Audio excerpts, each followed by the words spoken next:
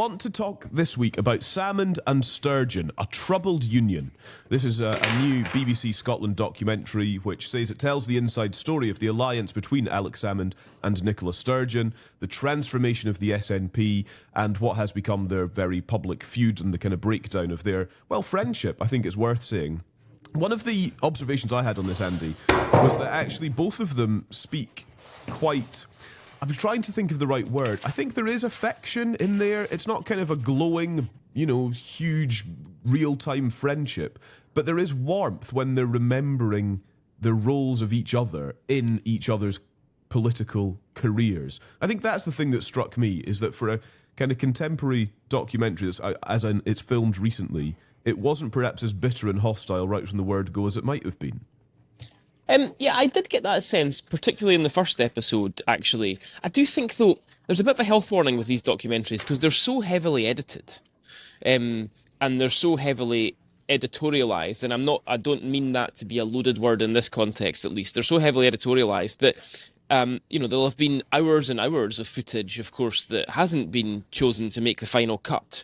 And the producers and the editors will put it together in a certain way to tell the story that they want to tell. And it may be the accurate story and it may not be the accurate story, but it'll be the one that the people who make the television show decide they want to tell. It's not live TV. So I think that I agree that's the impression that was given. That doesn't mean that is what actually was the case. I suppose, look, I quite enjoyed it because I'm a political geek, and it was interesting to see it all, and some of it brought back some memories and so on. So I think it's interesting. There are probably two reflections I have.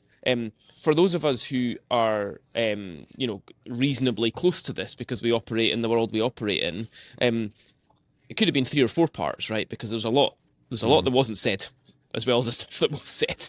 There's an awful lot that can't be said, I guess, as well, is fair to say. The other thing that struck me, though, is sort of zooming out from a slightly more global perspective and trying to come out of the political bubble.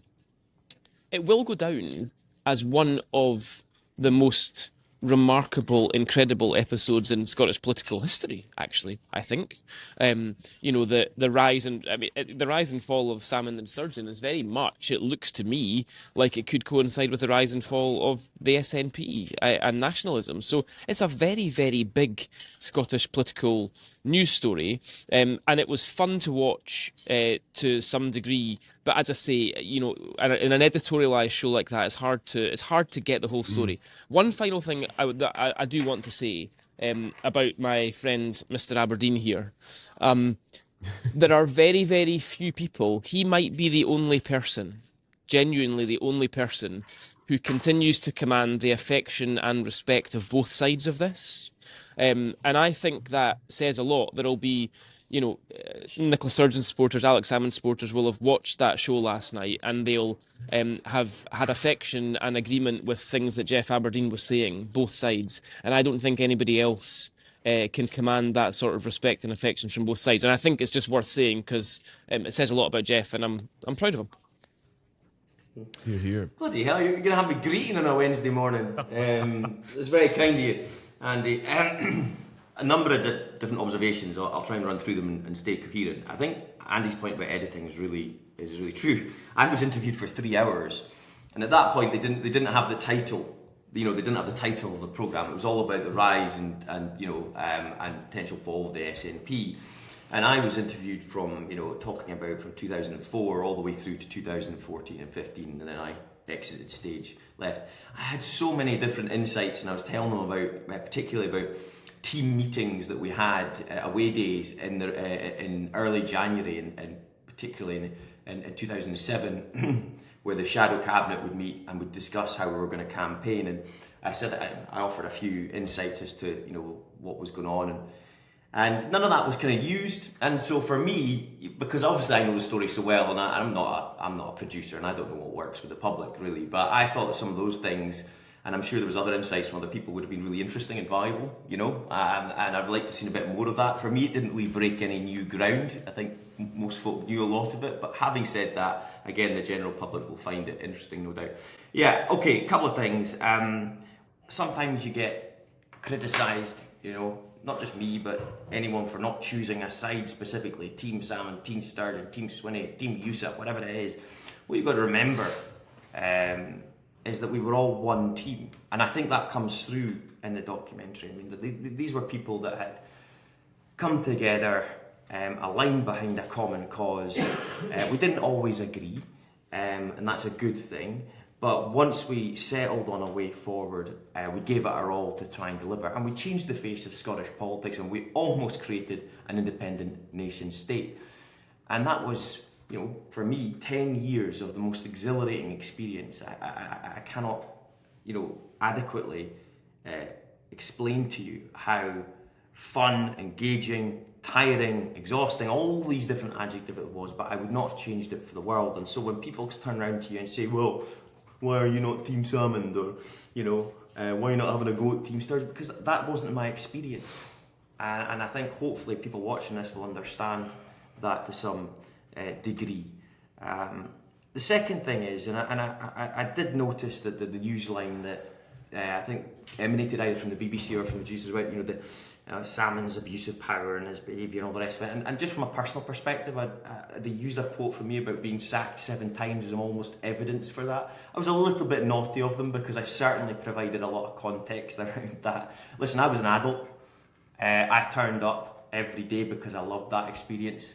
And if I didn't want to be there, I wouldn't have been there. I could have taken that decision.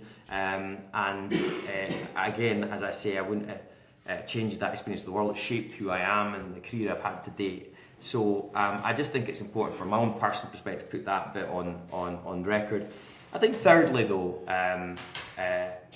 I would say that every person interviewed on that documentary, myself included, would not have had the opportunity to govern in that cycle. Yes, the SNP might have been in government again later on, but everyone interviewed in that documentary, almost everyone, does owe a lot of that opportunity to Alex Salmond, because love him or loathe him, his leadership in 2007 and certainly again in 2011, for goodness sake, his name was on the ballot paper, got us to that position. And so I don't think incidentally that Nicola Sturgeon or Johnson would even question that, but I think a lot of people do, going back to my first point about why we are where we are today, but perhaps don't recognise the importance of Alex Salmond to Scotland's political story in that time. It's not to say he was perfect, he's the first to admit that, I'm certainly the second, but he is a massive figure, and the SNP would not have had the opportunity to govern in 2007 without him. I think one of the things that struck me about it that perhaps I hadn't considered before was the 2015 general election, and whether that was a time when the kind of the divergence of Sturgeon and Salmond was becoming more apparent. She had something of an election victory to brag about under her leadership, but then you have the character of Salmond in frontline politics at Westminster. And, there was clips being run of her having to answer questions about how are you going to keep him under control? And she was like, I don't want to keep him under control. But I do just wonder if that was where the kind of entrenchment of both sides kind of began, because he was leading the charge in London and she was actually leading the party and the country in Edinburgh. Yeah, see, and obviously I've exited at this point and I've gone to find a real job. And so I was not at all on the front line, and I genuinely wasn't that close to it. I wanted a bit of a clean break, and I deliberately didn't speak to Alec a lot at all during that period, or indeed anyone else from the party.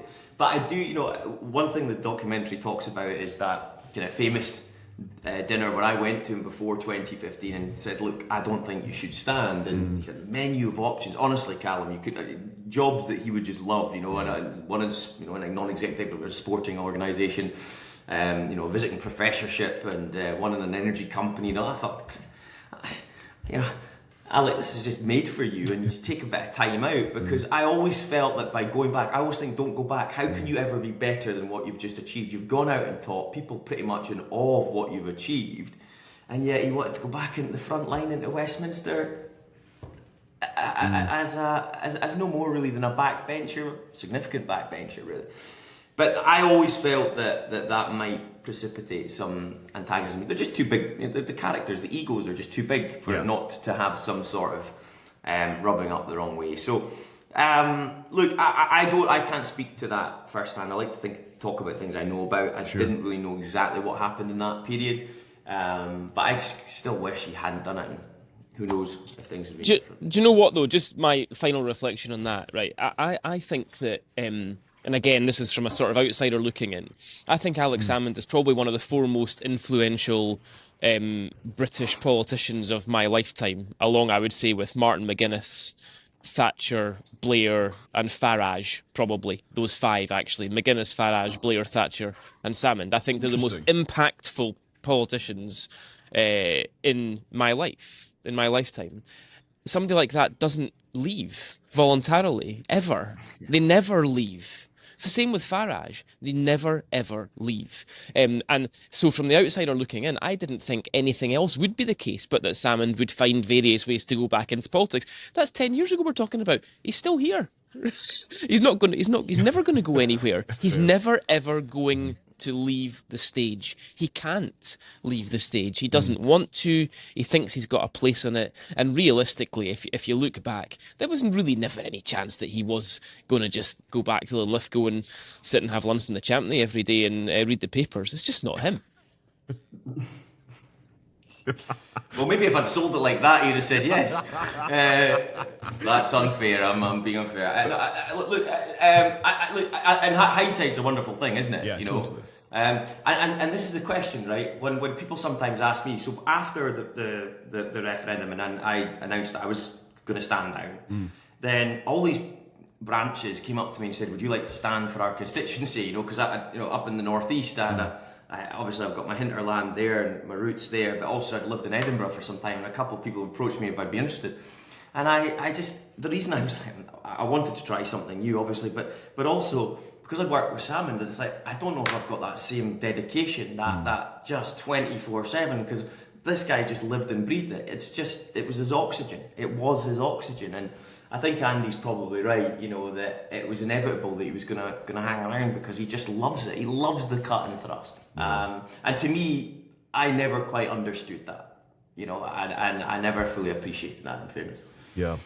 Two thoughts from me then. One, it is quite soap opera based, the documentary, and I'm not saying if that's a good thing or a bad thing, but it is very much about these two people, and you know that's the way it is. The other thing I do wonder is if there is more to come from the documentary, and perhaps they've just had to pause it for now, given all that's still going on and still to be resolved by way of police investigations and things. Because there's a lot that isn't touched on, actually, in the documentary about the kind of demise of Nicola Sturgeon, even things that aren't under police investigation, things like the Gender Recognition Reform Bill. You know, there probably could have been more on her push around the second referendum, etc., and the strategy around that as well. So it feels to me like there's stuff that's been unsaid, so I wonder if it'll come at some point when perhaps there's a little bit more freedom to talk about certain things. But go and have a little watch, see what you think of Geoff, particularly. You can email us, hello@holyroodsources.com to get in touch.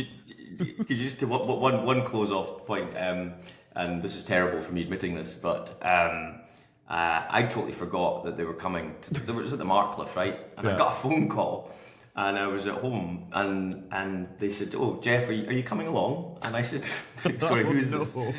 To what?" Now I know that you'll understand this because I'm always yeah.